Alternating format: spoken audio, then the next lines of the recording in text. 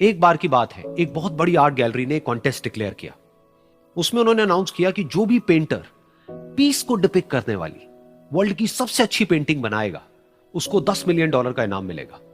यह बात पूरी दुनिया में फैल गई और पूरी दुनिया से हजारों पेंटर्स ने अपनी अपनी पेंटिंग भेजी उस कॉन्टेस्ट में पार्टिसिपेट करने के लिए। उन हजारों पेंटिंग्स में से जो इस कॉन्टेस्ट के जजेस थे, उन्होंने फाइनली 100 पेंटिंग्स को शॉर्टलिस्ट किया और उन 100 पेंटिंग्स की एक एग्जीबिशन लगाई।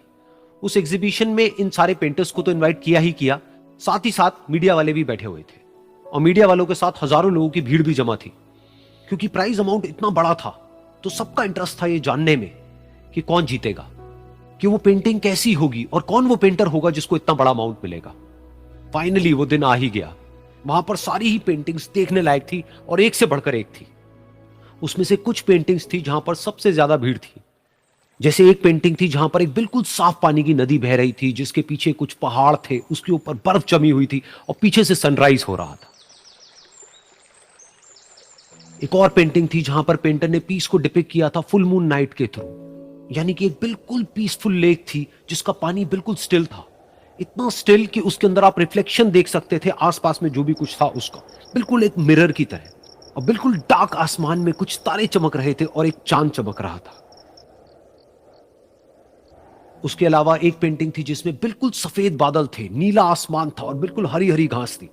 यानी कि सारी ही पेंटिंग्स ऐसी जिसको देख करके ही मन शांत हो जाए। तो कॉन्टेस्ट बहुत ही टफ था क्योंकि सारी पेंटिंग्स एक से बढ़कर एक थी। तो जजेस के लिए शॉर्टलिस्ट करना कि कौन सी पेंटिंग बेस्ट है, that was very very difficult. लेकिन वो मोमेंट आ ही गया जब जजेस ने अपना माइंड मेकअप कर लिया और एक पेंटिंग को इन सारी पेंटिंग्स में से सिलेक्ट कर लिया और उस पेंटिंग को एक बड़े से कर्टेन के पीछे रख दिया। सामने वो सारे पेंटर्स बैठे हुए थे, मीडिया वाले थे और हजारों लोगों की भीड़ थी। सबकी क्यूरियोसिटी बढ़ती चली जा रही थी क्योंकि अमाउंट बहुत बड़ा था। लेकिन जैसे ही वो पर्दा हटा और सामने से सबने उस पेंटिंग को देखा तो सब हैरान रह गए। सब एक दूसरे की शक्ल देखने लगे। किसी को कुछ समझ नहीं आ रहा था कि एक्चुअल में हो क्या रहा है, क्योंकि वो पेंटिंग जो वहां पर दिख रही थी वो दूर दूर तक शांति को डिपिक्ट नहीं कर रही थी। तो सबको लगा कि शायद उस आर्ट गैलरी से कोई गलती हुई है या जजेस से कोई गलती हुई है और किसी गलत पेंटिंग को वहां पे रख दिया है। तो कुछ पेंटर्स एक साथ गए, जाकर के उस आर्ट गैलरी के ओनर से मिले और जाकर के उससे पूछा कि क्या ये कोई गलती है, गलती से कहीं कोई गलत पेंटिंग तो आपने वहां पे नहीं रख दी है।